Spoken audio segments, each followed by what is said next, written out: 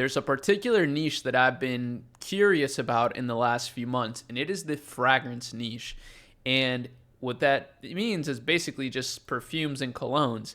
I feel like it's a niche that has huge potential for high profit margins. But in today's video, we're going to go over this new channel called The Numbers Game. They posted this viral video 2 months ago about this guy that did $15 million a year with an e-commerce fragrance business. So I think we'll learn a lot through it, and I figured why not go through it with you guys since I haven't had time to watch it. So let's get right into it. This is Abid. He and his 4 brothers invested £600 to buy perfume to sell on the streets of East London. Oh wow. Now, their fragrance business is making £15 million a year. So this year we're looking to end on £15 million net sales. Hopefully we're going to continue growing at 50% year on year. They've built an halal business with no credit cards, no bank loans, and no interest. They've gone from selling products out their car boot to over 20 stores in the world's biggest shopping centres. We literally got £600 together and we just decided to start one day. Hopefully by the end of this year, inshallah, we're going to open another 10. A few more in France, a few more in Netherlands, a few more in Sweden. We spent the day with him to learn exactly how he built the brand, runs the business, and how he plans to make Sunna Musk the biggest fragrance brand in the world.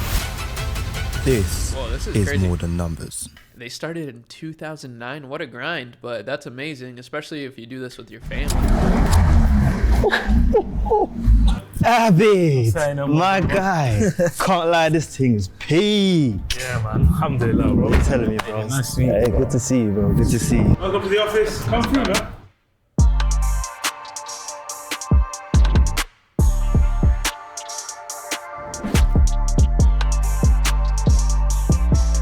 Before we get into anything, Sunna Musk, what does it mean? The name itself is derived from the word sunnah, which is a habit, and the Prophet ﷺ in the Muslim religion, he used to like the wearing of fragrances a lot, and musks and things like that. So that's where it kind of got the inspiration from. I guess it's the habit of wearing fragrances. That's a really powerful, mission statement, or not mission statement, but inspo for the name.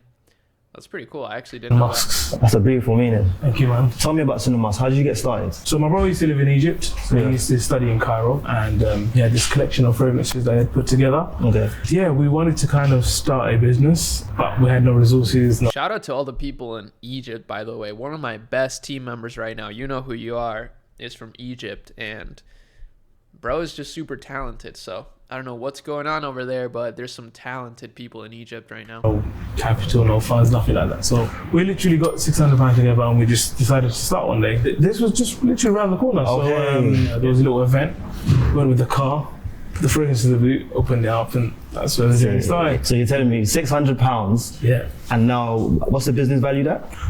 That's a good question. I mean, we generate about 50 million in revenue at the moment. So valuation will be a lot more than that. Crazy numbers. Yeah, so you came from £600, potentially over £50 million business right now. How is it like starting a business with your brothers? it was actually really good because there was 5 of us and everyone actually had a different skill set. So for example, my eldest brother, he helped with opening things like bank accounts, and he had a lot of experience. The second brother, he was the one that was studying in Cairo, and he had the nose and that, so he put this collection of fragrances together. And then my third brother, Shafiq, he had done a few businesses already, so he failed a few businesses and he learned from those mistakes. So I guess those mistakes really helped in the startup phase of the business. And then my fourth brother, Ashik, he was a salesperson. He was very good at selling. So when we used to be in the market stalls and things like that, he defined those strategies in the beginning, like how do we talk to people. My expertise was at the time, I was actually into graphics design, branding, video. That's literally all you need right there for just a massive business.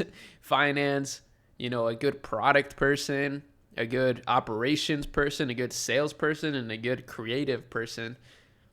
That's the dream team right there. That's amazing, man. Images, things like that. So the initial logo and the branding that we put together, I actually made that. I was very young at the time, but I actually designed that on Photoshop myself, probably about 15. No way. Why didn't you guys think about taking out a bank loan?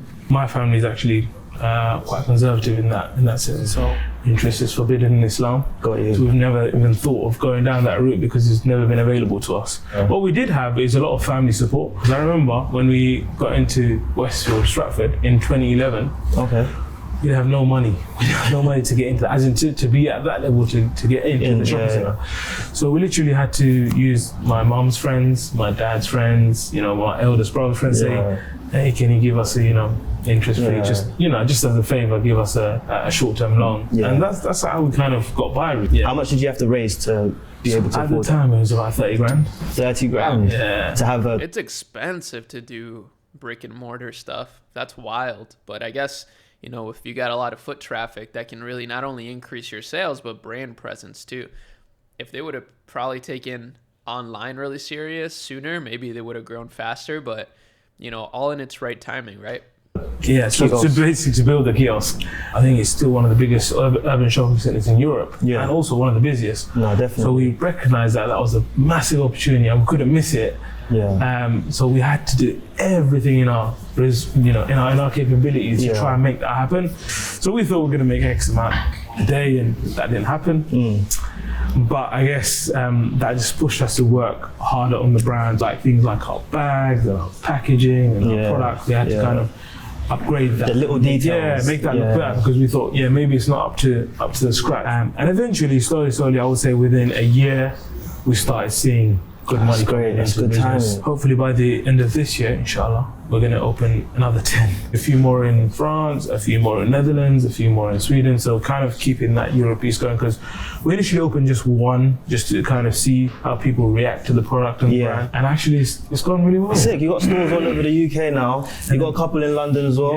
We're quite close to one right now. Yeah, so we're about 5 minutes from our store in Aldgate, Aldgate East. Brand new fit out, so hopefully I can show you later. Bro, why not? Alright, so Abid, we're in the Suna Musk warehouse. That's it, man. This is massive. Yeah, man. Alhamdulillah, it's quite big, isn't it? How big is it though? It's about 6,000 square foot, this one. But we just actually took the next door one. No way. That's just in the process, so that's another 6,000 square foot, so it's going to be 12,000 in total. You're killing me. But you didn't always start off from here? No. Tell us where you started. So we actually had a very small unit. It was about 900 square foot in Valence Road in Bethnal Green. And actually from there we had our warehouse, our storage, all the office stuff, administration, everything used to happen from one place. Yeah, we literally had about 4 or 5 desks and the stock on the right. Oh, damn. So now when we moved out of there 3 years ago, it was very, very different to this place. I mean, this place is very nice, neat, tidy, everything is palletized and things like that. But there it was just like boxes stacking on top of each other. So whilst you were there, at what point did you realize that, damn, we need a bigger space? Yeah, I mean, look, we actually make our own perfumes and fragrances, so we have to store a lot of packaging and bottles and things like that. Oh, that's interesting. If they make it themselves, the margins got to be pretty good. I think they'll probably talk about it in the video, but I'm very curious to know I sound like the classic person. What's the profit? But it is interesting to know like how much you actually profit with a business like this. Ultimately, 15 million a year is no joke at all. So it is a super sellable asset. Very curious to know how much they're taking advantage of online stuff too, though, especially in the UK. I mean, TikTok Shop is launched in the UK now, so definitely a really good market to capitalize on. When we were trying to grow and we needed more product to hold it in stock so that it doesn't go out of stock, we just came to a point where we had to stock like boxes outside of the warehouse, and it was just getting too much. And at that point we just had to make a call, like we really need something bigger. How much does it cost to rent a space? A place like this, this one is about 80k a year. Damn, is that including both units? No, that's just the one, so that's another 90k. So there's 2 things that happen here. The raw material comes in here, so the packaging, the bottles, the raw fragrance. Then it gets sent out to another one of our warehouses, which we have in Yorkshire. And then it gets from Switzerland, so that's where they're getting the raw material supplies. That's interesting. That's good to know, because, I mean, if you can start a fragrance brand and say it's Swiss made, that's kind of fire, right? It's assembled and put together, and then it comes back here. And from here, we have our own van. So we deliver to the stores. They go by a courier or by our own van. And basically, they just get kind of delivered. But this is our online section. So if you order a Suna Musk fragrance from our website, then there'll be people picking and packing here. So you don't actually make your fragrances here? Not here, no. So where are they made? So they're actually assembled and filled and blended in Yorkshire. I think I've seen somewhere that you have some warehouse in Switzerland or the lab is in Switzerland? Yeah, so that's what I was saying. So you know the actual raw fragrance ingredients. Yeah. So those are made in Switzerland. Okay. And you might have seen the video. So that's actually in Zurich. Okay. And that's where the raw, you know, the flowers and things like that. That's where that is processed. You know, a perfume looks like a simple thing, but it's actually quite complex. So there's the bottle, the juice, the cap, the packaging. So we procure all the different elements, bring it here, send it there, they put it together and then send it back. Damn, that's quite the process. Yeah, it is quite a process, but obviously we like to do things properly. We don't want to kind of just outsource it to some other country. We like to go and see the product being made. When we make fragrances, That's really smart. I want to do that next year as well. I want to go to China. I want to go start meeting some of our suppliers that we're using for our brands. We just started really launching, you know, bigger projects. Obviously, you guys probably know I've been really focused on the agency and servicing other brands. But now I'm getting to a point where I'm like, man, we're making these brands way too much money. And sure, we're getting paid for it, but we need more brands of our own. So that's awesome, though. If any of you guys are suppliers or anything, I'm always happy to connect. I didn't know, for example, that Switzerland was a really good place for fragrance businesses. That's really interesting to know. They got a lot of raw materials and stuff. I didn't know that. You learn something new every day. That's why we watch these videos. Get involved with the perfumer, sit down with the fragrance, you know, all those kind of bits. And even, you know, during COVID times, you know, when sanitizers were not available and I was running around looking for sanitizers, we actually made it. Capitalize off that as well. Yeah, I mean, that's how we got through COVID, man. Go through the trends. Super smart, man. Super smart. I mean, I can't lie, you've told us about the origin. We're at your warehouse, it's massive. But before we go to the shop, let's talk numbers.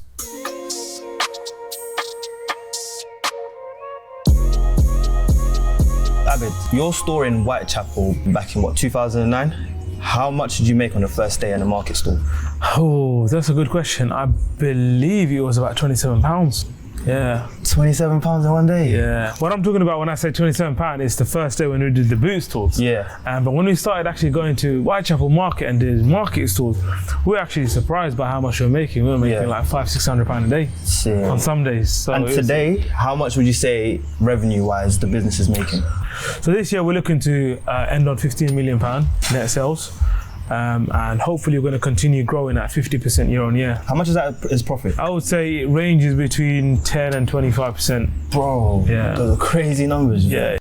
That's still a pretty big range of profit, but keep in mind, when it comes to an e-com business, this is something I learned from one of my mentors, is like, e-com is probably one of the hardest businesses because there's so much reinvesting, so much money that you need to reinvest into stock and inventory. So you're kind of rolling over the enterprise value year over year. Because I mean, but that's the thing though, like sure, maybe they're making 10-25% in profit, which in this case would be like 1.5 to 3 million a year. That's a lot of money, obviously. But also they have a sellable asset. Like with that, you know, they can sell for $10-20 million if they really wanted to, or pounds actually, because I got to remember, this is pounds, and the British pound is actually a really strong currency. So it's a little bit higher in dollars. On average, how much do your stores make in a day? It depends. Some of them 3, some of them 4, some of them 5. Yeah. It just depends on where the store is, what, you know, how 3, big the 4, site. 5K. Yeah. What would you say your biggest overhead cost is? Salaries, definitely salaries. So hiring good people, and you know, incentivizing them, giving them bonuses so they're happy and they can, I guess, afford their own life.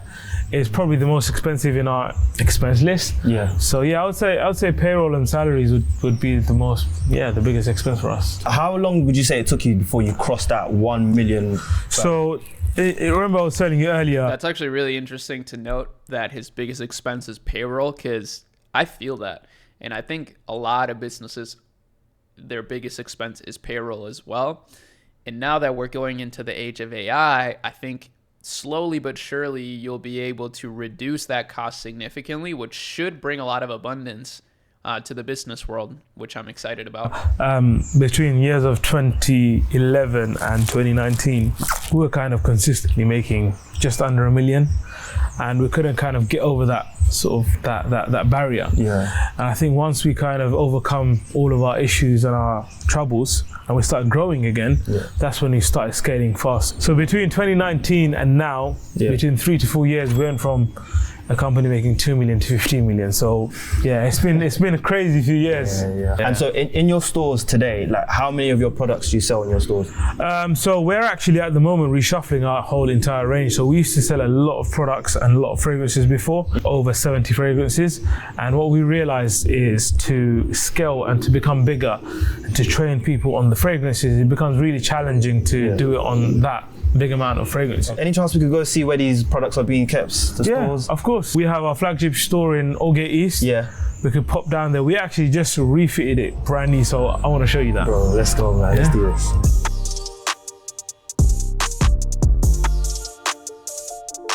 I've always loved the idea of having some sort of flagship store, whether it's for like e-com or whatever, even if whatever business you have, just as a cool thing, not something that's like probably going to make a ton of money, but just like as a cool factor, just having a space that represents your brand. So Abid, we're in your flagship store in Aldgate East. That's and right. I can't lie, this store is sick. How do you go about picking your store locations? Generally, we are looking for locations that fit the brand and our customer profile, but also places where there are a lot of footfall. So that's how we kind of, I guess, pick our location. So we mainly operate out of shopping centers. So all of the locations that we have in the UK are pretty much based in shopping centers, except this one, which is here in Aldgate East. The reason why this store here is in Aldgate East is because this is where we started. So around these areas where we used to do our boot stores and things like that. So we got a bit of history here. So we thought, let's mark it down with the flagship store here. And it's connected to our roots. And This high street's crazy busy as well. No, it's really busy. And recently a lot of brands have been opening up on this road. So it's even got busier in the recent years. So we've got one of the biggest mosques in UK and Europe just by us, which is the East London Mosque. We get a lot of people coming to prayers there, so they come, and then you got all the normal people that are coming, sort of commuting between Brick Lane and Whitechapel, which is already a very, very busy area. In London Mosque, we like to give you a good experience when you come to buy a fragrance. So we'd kind of guide you through the process of buying your fragrance rather than just letting you shop yourself. We've also got a bespoke fragrance creation service, so that's exclusively available at our White City branch. So what happens there is you'd book in an appointment, you go sit there with the perfume, and you'll actually be able to create your very own bespoke fragrance. So you choose the notes you want, and we'll kind of tailor it to your profile, and that scent will be exclusively yours. We always had that. That sounds like a massive winning product right there. Make your own fragrance. If you could pull that off online, that could scale to 15 million a year alone. That passion for looking exclusive, looking premium, and so even now, we've just redesigned this store, spent over £150,000 on this store alone. It's because we really take pride in our branding and our experience. And I see it in your adverts as well. I've been watching one of your recent adverts. And the quality in so that was shot like 2 years ago. Again, we were a much smaller brand even 2 years ago, but we invested a lot of money and time, dedication to shoot that. We shot that in Spain. We got a director and all the crew involved to really try and show to the world that, look, although we might be a small brand that's just growing, we're here to stay and we're here to make a statement. In general, I would say our marketing is quite heavy. Like we did the London bus campaign recently, which is all over London. And then we did the Tube advert. So we are pretty heavy on marketing. We do believe in the power of marketing a lot. Sick. I wonder how much they're taking advantage of meta ads, because meta ads is probably the most powerful form of marketing that you can do these days. Obviously, they have a huge local presence, so it makes sense how they're doing it, and that's amazing. But man, meta ads, the machine learning and data behind it is second to none. It's unmatched, and it's extremely, extremely powerful. Let me get a smell a couple more of these. And that's why actually I have my business, right? That's why we do media buying, because I just think it's such a valuable service for businesses, and we offer that. So, if you're interested in that, it's in the description. Let me show you.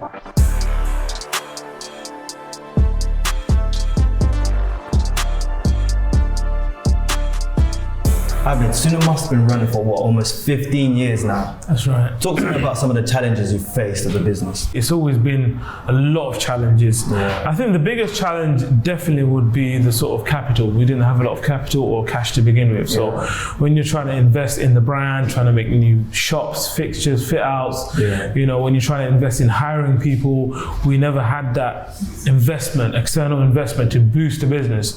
So we had to kind of pull and grab and sort of shuffle between different things and really try and make it work. And I think that was the biggest struggle. But alhamdulillah, now, you know, now that we're in a different position, you know, the business has been flourishing for the last 3 years. You know, we've had a lot of people recently, a lot of good talent. Like, for example, our new head of marketing was the chief digital officer for L'Oreal. You know, some of these big names and these big brands, we're getting talent and attracting these talents to come and sort of scale the brand and business with us.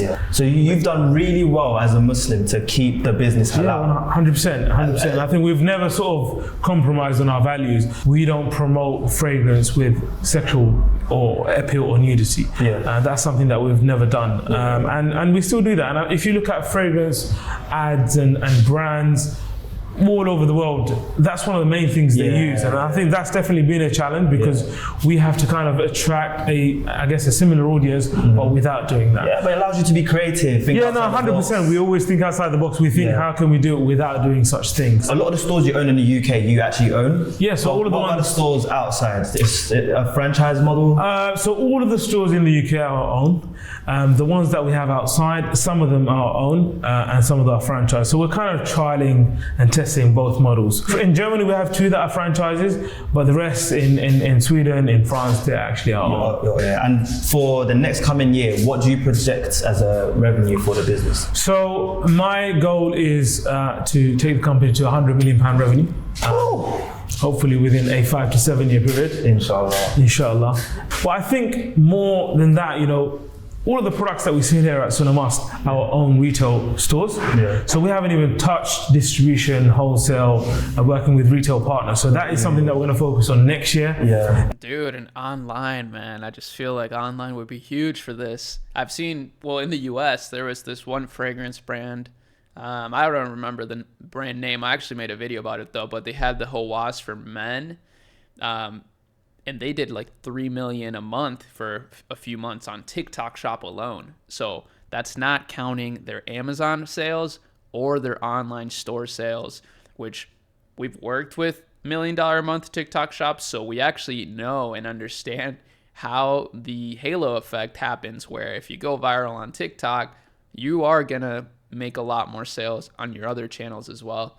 So, I mean, I don't know how e-commerce works precisely in the UK, but I know that a lot of the things that are happening in the US are now starting to happen in the UK as well. So super interesting. I wonder how much they're going to take advantage of that. And then at the same time, we're going to continue growing the stores in Europe, in France, in Netherlands, Germany, in Spain, in Ireland. And hopefully towards the end of next year, beginning of the year after, we're going to be hitting the US market, which is absolutely massive. That's big money. What you guys have done come from like a Whitechapel market, car boot sale, into a multi-million pound company. Like, for someone who was going to start out in a fragrance business, what piece of advice would you give them? I would definitely say with fragrance, it's a lot about the quality of the product and the service that you provide in the story. So whatever you do, make sure it's authentic. Make sure the quality of the product and the fragrance that you're selling is the absolute maximum. And make sure you have a story, you know. You need to have a story, you know, why this fragrance, where has this come from? I think the first thing is to just start. You know, you're never going to be perfect. We were never perfect. You know, when we did things, when we started, we weren't perfect. We were far from perfect. But I think slowly, as you learn, as you grow, you perfect along the way. And of course, when you have a lot of success and resource and money, then you can do it in a proper way, in a professional way. At the startup point, you can't get too stuck in, you know, is it 100% perfect? Because it's never going to be. That's great advice. Abid, we spent the whole day with you. We've been to your office, warehouse. I hope you enjoyed it, man. Hey, bro, this fragrance we've been smelling all day, I can't lie. You got to take one with you today, man. Hook me up, man. I'll hook you up, man. Appreciate it, bro. Hey, there you have it. This has been More Than Numbers, and this is Cinemas. Millions of streams. Dang, fire video. There's more videos that we're going to watch from this channel for sure. And soon, by the way, I will start streaming again. I know it's been a while, but man, I got to start streaming again. Now we have a daycare settled for the baby, so now I'm going to have some time to stream. And we're going to be able to watch a ton of awesome content and just do a lot of things live, which I'm really excited about personally. If you don't like these videos, then, watch some of the other videos because we're posting a ton of content. We got a clips channel. You can follow me on other social media channels if you want to consume more of our stuff. And if you want to actually become some sort of partner, some sort of mentorship person, then check out the Ecommerce Accelerator. That's the newest thing that we're launching. We're just kind of trying to be the next Y Combinator in a way. Not really Y Combinator, but that's sort of the idea behind it, is to help accelerate the growth of the future e-commerce businesses, whether it be physical products, digital products, software, whatever. So that's super exciting. If you enjoyed this, make sure you like it, subscribe, leave a comment, all those good things. And that's it. Peace.